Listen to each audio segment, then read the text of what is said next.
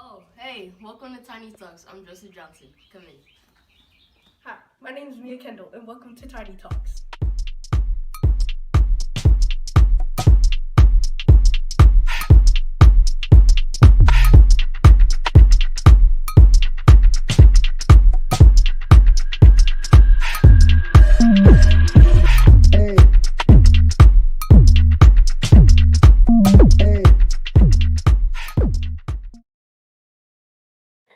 Good morning, everybody. Happy Wednesday, close to Thursday, and tomorrow is the last day of school. Woo! Good morning. Good morning. All right, y'all, take it away. See ya. All right. Welcome in, everybody. Good Welcome in. morning, Welcome Mia. in. Good morning, everybody. Hope everybody had a good day. I hope everybody's doing good for their POLs or whoever is finishing up doing their POLs this week. Sorry. At Impact Academy, we strive to create and maintain a safe space, both physical and virtual, for everyone in this community.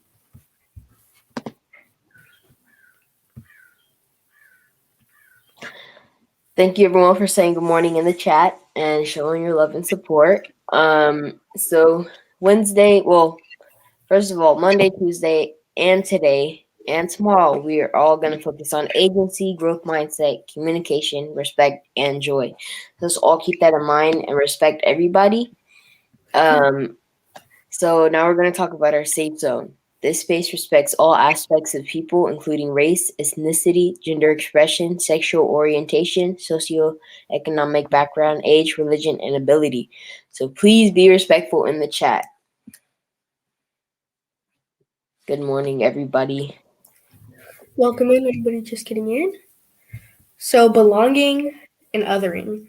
Belonging is more than just feeling included. Your well being is considered, and your ability to design and give meaning to the structure and intuitions you occupy is realized. Othering.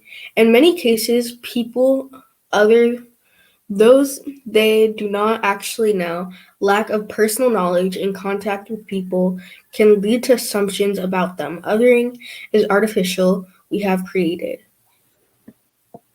So we're basically going to be talking about the importance of belonging and othering, and there should be no othering involved because everyone belongs. So this first little thing, we're going to talk about exclusion. So as you guys see, there's exclusion. So the color, like the color dots, they're on the outside because they're not allowed in. That's exclusion because like they're not invited and they're not what is it called? Included. Included. Yes, thank you. And then next, we're going to talk about integration. Integration is when you're a little bit included, but like there's not a lot of you. So as you see, there's more white than the other little colors. So yeah. And then belonging, you see there's equal amount of color in all of them. So there's like no less white, there's no less color. They're all about the same. So everyone belongs. Thank you. Next, we're going to be. Oh, you're not. Hey everyone, this is Mick Schuler here, and today we're going to be playing some Animal Crossing and talking a little bit about allyship. So I have my nice trans flag as my background right now. It actually matches my trans-themed Nintendo Pro controller that I modded. So I figured I'd take a moment to show that off since we were gaming on the Nintendo Switch. Oh look, my character found a villager found a tree branch. So interesting. But yeah, we'll talk a bit about allyship today and celebrating Pride and run around my island so I can show you as much as I can in as short of a time. So let's get my villager right kind of attire. Here we are, all ready for Pride Month. I feel like this is what it's like legit like going to like a pride festival. I don't know if you've ever gone to a pride festival, but everybody just dresses in rainbows. I've definitely like worn like a pride flag or a ridiculous pride sweater or like a balloon hat or something like this to a pride festival before. But allyship is really, really important. As a member of the LGBTQ community, if you haven't heard yet, I'm usually pretty open about it, but I do identify as a trans non-binary person. So my pronouns are they, them. And I don't identify as like a male or a female. I identify as like I had to transition from like being born a female to identifying and living my life somewhere more in the middle of the gender spectrum. On a day-to-day basis, like allyship of my colleagues, my friends, my students, and my family makes my day-to-day life a lot easier, and makes me less anxious, honestly. I tend to be a very anxious person anyway, but there's situations where having an ally in the room or having an ally with you as an LGBTQ person really makes a huge, huge difference. So, like, just being present, a lot of time allies don't need to do anything, but just being present can help me like feel safer if I feel like I'm in an environment where like people might not be accepting of the LGBTQ community. Just knowing that I, have a friend who is okay with me and like is respectful of me and will stick up for me can be really reassuring and make me feel really safe. And having them like respect those needs of mine. And so, like, for example, a big issue with the trans community is just simply like finding somewhere to use the bathroom. And that might sound weird, but like if you don't really fit into the definition of like being a male or a female, most bathrooms are labeled that way. And so sometimes I have to make a choice because all the bathrooms in the room are labeled. And for me, an ally might be, I've asked my sister-in-law before, like, hey, can you come to the bathroom with me? Just because like I need somebody who is like female presenting. Them just being in there with me kind of like vouches for my like ability to be there and just like use the bathroom and wash my hands and do what I need to do without people questioning me or like asking me like, are you in the right bathroom? Are you in the right place? Or like giving me funny looks. So that's like one of the most common uses of allyship. Or like if I'm like on the road or I'm visiting somewhere that I'm not used to being, I might be like, hey, this place doesn't feel right. I don't feel safe here. Like we should go somewhere else. And like my friends who are allies will get that. And they'll, go with me to find someplace that's safer. Also just like normalizing respect for people's identities and pronouns. We do that so much here in the Bay Area, especially at school. Even by every time Joseph and Mia, when they ask somebody on the show, they say, hey, what's your name and your pronouns? Even though like maybe 90% of the time when people do that, most people in the room are saying, hey, my pronouns are he, him, or hey, my pronouns are she, her. And that's great. But just by asking that question makes it okay for me to say, hey, my pronouns are they, them. And I don't have to be like the odd one out because everybody's sharing. And so it makes it more okay for me to like feel comfortable sharing my pronouns. And it just also like normalizes respecting people's pronouns. So like people who are allies in my life like will pretty consistently just use my pronouns, and just by like them using them correctly, it like teaches other people to use them correctly. So when like at the beginning of the year, when my older students that I had last year, see me and they call me Mick Schuler and they use they, them pronouns, and they use it consistently, they're being really great allies by respecting, my correct name and pronouns. And then that helps like newer sixth graders or newer people in the community who don't know me get used to that and just be like, oh, okay, that's their name, that's their pronouns, and it's just like practice. And lastly, just like listening to the stories and experiences of people in the LGBTQ community, and being there for your friends, just like in any way that you usually are there for your friends. Listening can be an important part of allyship. I hope that was a quick run around crazy tour of my Animal Crossing island. I had no idea what I showed you.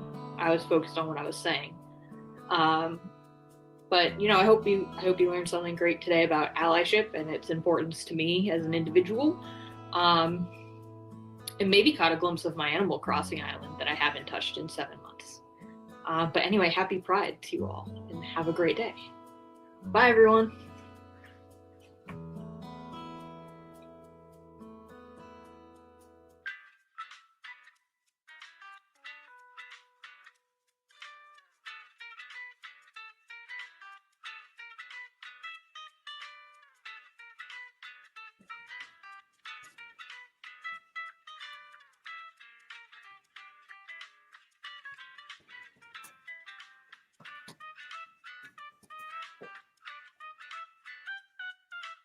Oh, hello.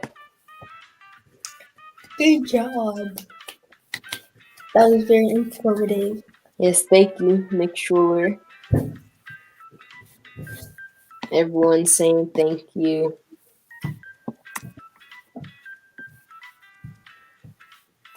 Yes, it was. I love your balloon hat, Mick Schuler. I have that same exact one in Animal Crossing. Thank you so much for coming on today. Coming up next, We have Mr. Todd talking about nerd pride. So Mr. Todd, please come on in. I was gonna unmute myself and be like, no, Mom, I'm on TinyTalks. I can't talk right now. Hi. Hi. welcome in. No. I don't know what to say. I'm so excited to be on your show. Like, I'm a big fan. I'm probably your biggest fan, I'm just so excited. I'm so nervous. Hi. How's it going, Joseph and Mia? Good. Great. Yeah. Now that you're here. All right. Can you kind of tell us what is nerd pride? Nerd pride is, it's just something I looked up, and I thought about it when I saw that Mick Schuler was going to be talking about Animal Crossing, so video games, and then I'm going to be talking about comic books and TV shows, and so really it's just that it's about representation. So, whether it's in books, video games, wherever people like to enjoy whatever it is they do. Sometimes things are a little bit nerdy. Video games are nerdy, comic books are nerdy, and so you can still find pride yourself reflected in some of the things we're going to talk about. Alrighty. We invite every guest, and we want you to tell us what you prefer to be called, and then tell us your pronoun. I prefer to be called amazing and awesome. So I'm just kidding. It's Mr. Todd. He, him, his. Those are my pronouns. And yeah, that's the comment. Alrighty. Thank you, Mr. Todd. Awesome and amazing. So first, we're going to go to the next slide. Yeah.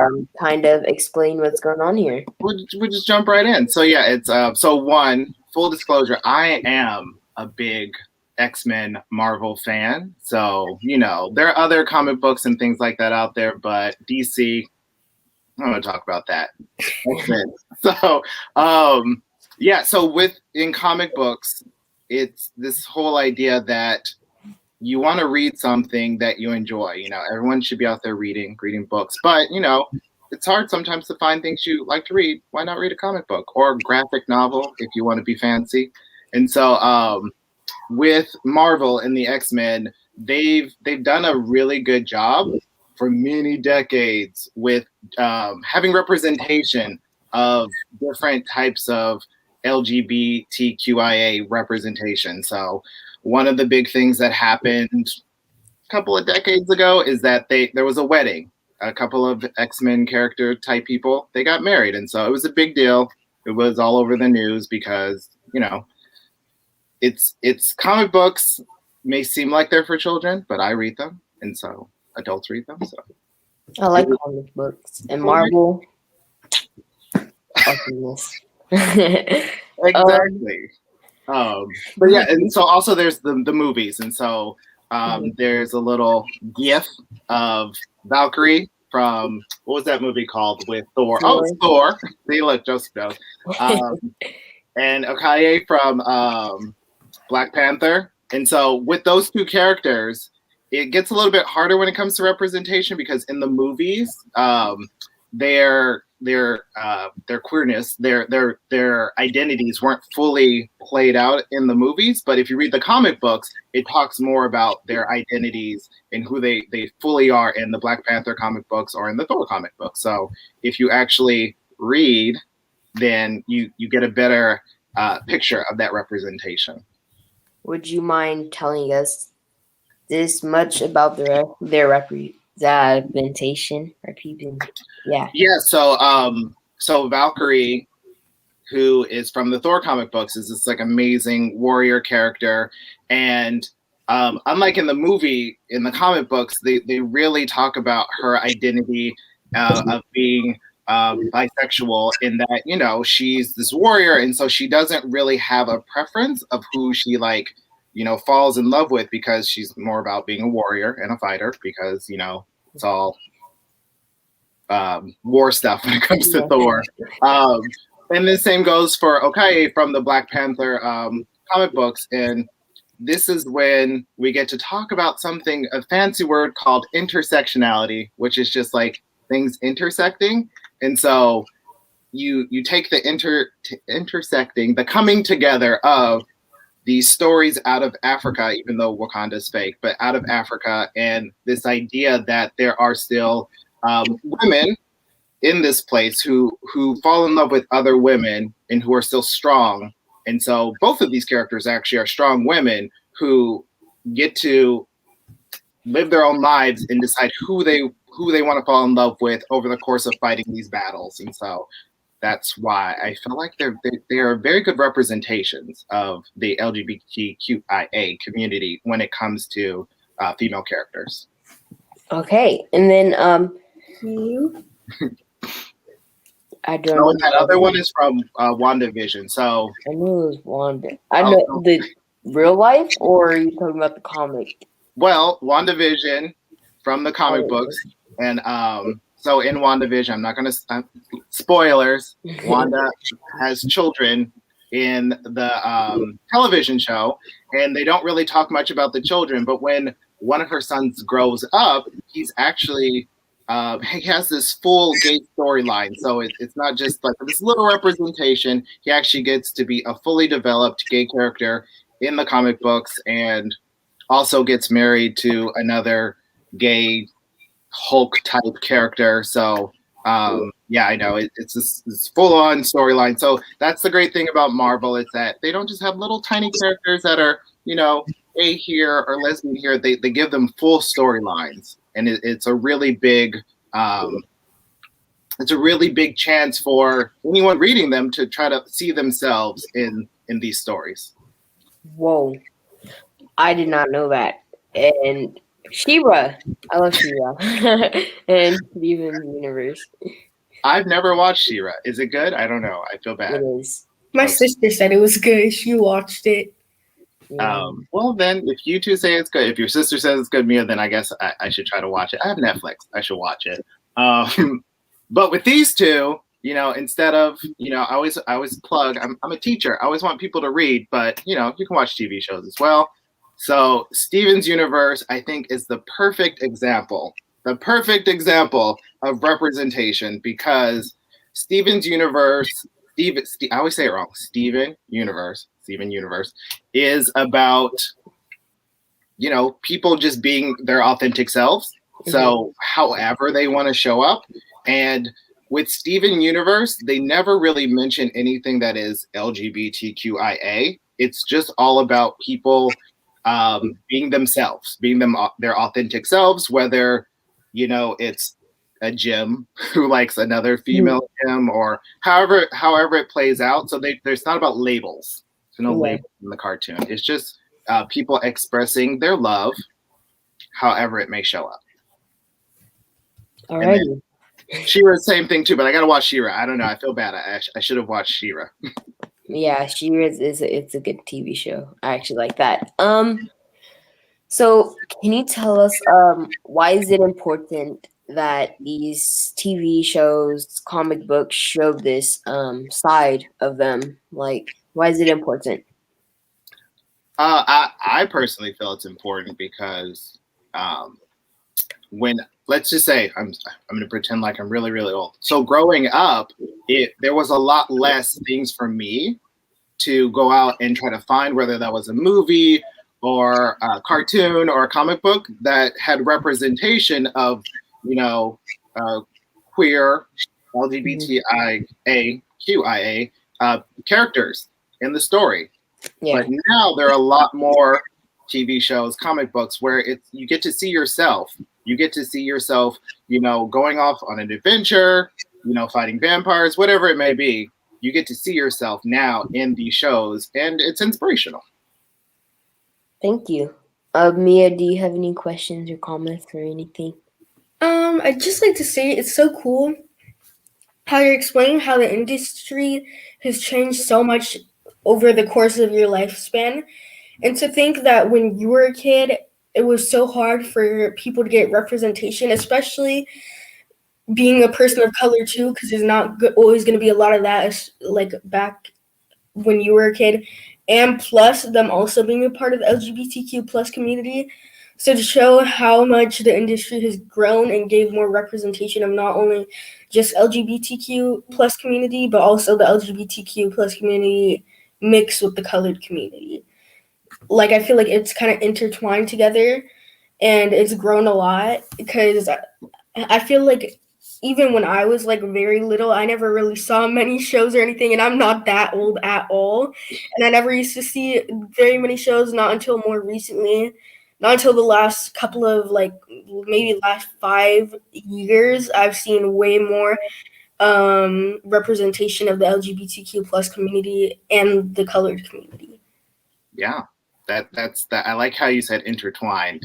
That's the better way of saying intersectionality. But yeah, you're right. It's not just there's all this LGBTQIA representation and all these wonderful nerd things. There's that intersectionality. It's like Black people or even the Latina community. There's more so I'm going to do a plug here. You can stop by the LC when we all return to school, and there are many books in there that are let's say that have trans characters who are all fighting. I forget what they fight. I think they're fighting zombies, but trans characters that fight zombies, but it's based on Latinx folklore. So it's like there's a lot of mixing, like you were talking about, Mia, of people's cultural identities, their ethnic identities, but also their where they fall at in the LGBTQIA identity. Thank you, Mia. Mr. Till said, very well said. Good job. Thank you, guys. So, Mr. Todd, do you have any questions or anything you would like to add? No, I can't think of any. I mean, if other people out there in the cyber world have questions, but no, just the thing I want to add is, again, what I was saying, where it's just like, I want all of you, Mia, Joseph, everyone else, to feel like you are represented in the things you watch, but also mainly read, because I work at school. So it's like just seek them out, try to find books that show yourselves in them, and you can always ask me or any other adult for something. Again, the LC is full of many books and things that represent what Mia was talking about, that intertwining of identities. Thank you so much for coming. If anybody has any questions in the comments for Mr. Todd, you guys can go ahead and put that in there. And I just like to say one last thing. I'd like to say thank you so much for coming and explaining this for us and giving us so many new sources to find books and movies and shows to watch so we feel more accepted and feel like we're more, I don't know the word for it, more included. So thank you very much for sharing this with everybody. Yeah. Yes, thank you, Mr. Todd. We very much appreciate you coming onto the show today, showing nerd pride and showing that it's not really nerdy because there's a lot of people. It's pretty popular. So thank you and have a wonderful day. Yeah, you too. Thanks so much for having me on your show. You two are the best. I love this show. Thank you. Have a good rest of your week, or have a good summer, or yeah, Everything. have a good life. Coming up next, we have a very special segment. Miss Kelly wrote a song. Didn't write a song. She sung.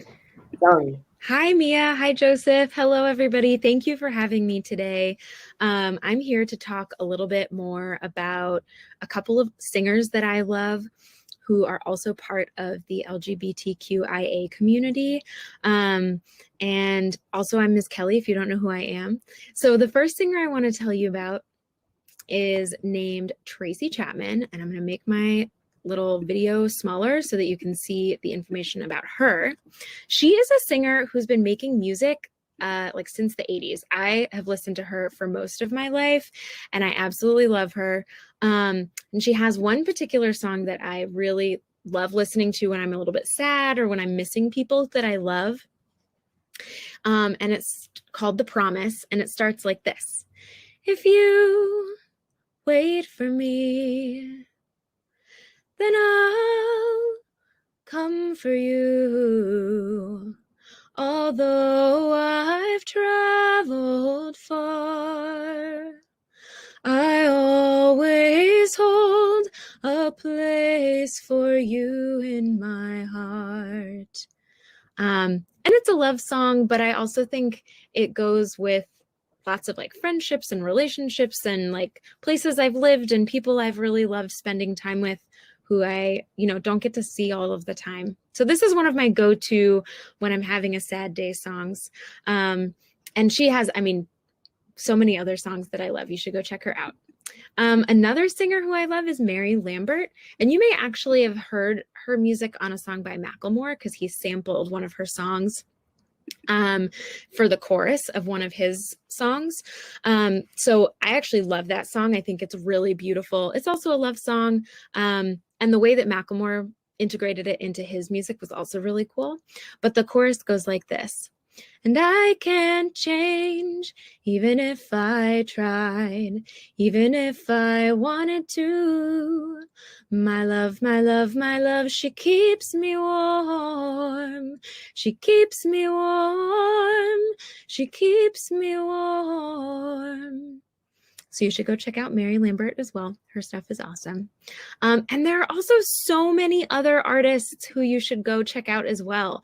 To name just a few, Janelle Monáe, Kehlani, Frank Ocean, Amethyst Kaya, Wills, Sam Smith, Lady Gaga, 070 Shake, Pablo Vittar, Kevin Fret, Alaska, Freddie Mercury, Lil Nas X, Haley Kiyoko, Brandy Carlisle, Christian Chavez, like so many more that I didn't even put on this slide. You should go check out their music and have a beautiful day. Thank you for having me on, Joseph and Mia. Bye. Bye. And thank you, Miss Kelly, for coming on the show. Thank It's you. highly appreciated. Coming up next. Is that it? Justice for all, IAMG. IAMG. We love IAMG. You're muted. Yes, I am. Oh, wait, no, I'm not. I'm speaking right now. All right. Hi, everybody. So if y'all remember, not too long ago, we had an art contest and to design a new T-shirt for Impact. And as a result, Anastasia won that contest. and we designed a shirt, and hopefully we'll be able to start sharing these next year. This is the shirt that was eventually made and sent to her, so she's the only sole owner of this shirt right now. But we would like to offer another opportunity while you're getting ready to come back next year, another art contest that we'd like to throw out there, and that is to design a Pride shirt for Impact. And so next year, we'd like to have a shirt that allows for students and faculty or anyone in our community to show their solidarity with the LGBTQIA community, but also to show that at Impact, this is a safe community and that all are welcome. And so thinking about some of those things, check out our Instagram. There will be more information up around this. And the prize will be to have your shirt designed, but also a parent has her own crochet business, and you can check it out at Chismalu Crochet on Instagram. And she sent this wonderful crocheted bee. Check it out. You can be the winner of this amazing Pride bee if you design one of our amazing shirts for next year. So look out for that. And I'm really excited to present this prize to the winning design. And thank you all for being here. Thank you, me and Joseph, again, for another spectacular show. Looking forward to closing out the year with you tomorrow. Oh, yeah. And Mia, don't you have a speech today for later? Oh yeah, I have my speech for graduation at 5 o'clock. I'm giving mine at 5 o'clock too tomorrow. So yeah. Oh, I saw a comment. Mick Schiller said, "What's gonna happen next year for co-host?" We're not sure yet at all what's going on. I'll have to ask Mr. B about that, and we'll figure things out. But that is a very good question, Mick Schiller. Yeah. Good question. Mr. B finds a way for me to be here, then yeah. If he finds me a way to do it at the high school, then yeah. But I'm 9th grade, and they're presenting in front of all the other grades. Yeah, maybe, yeah. We'll figure it out. We'll figure it out. Anything is possible if we put our mind to it. I mean, look at what we're doing right now. Who would have thought that we would have this amazing show in TinyTalks? It spawned from Joseph's mind, and then it grew into what it is now. And so I'm just really proud of both of you, and looking forward to closing out the show with y'all tomorrow. Happy POLing to everyone else, and we'll see you tomorrow. Have a good one. Yes, tomorrow's gonna be the ultimate community meeting. And adios. Bye. I remember when we first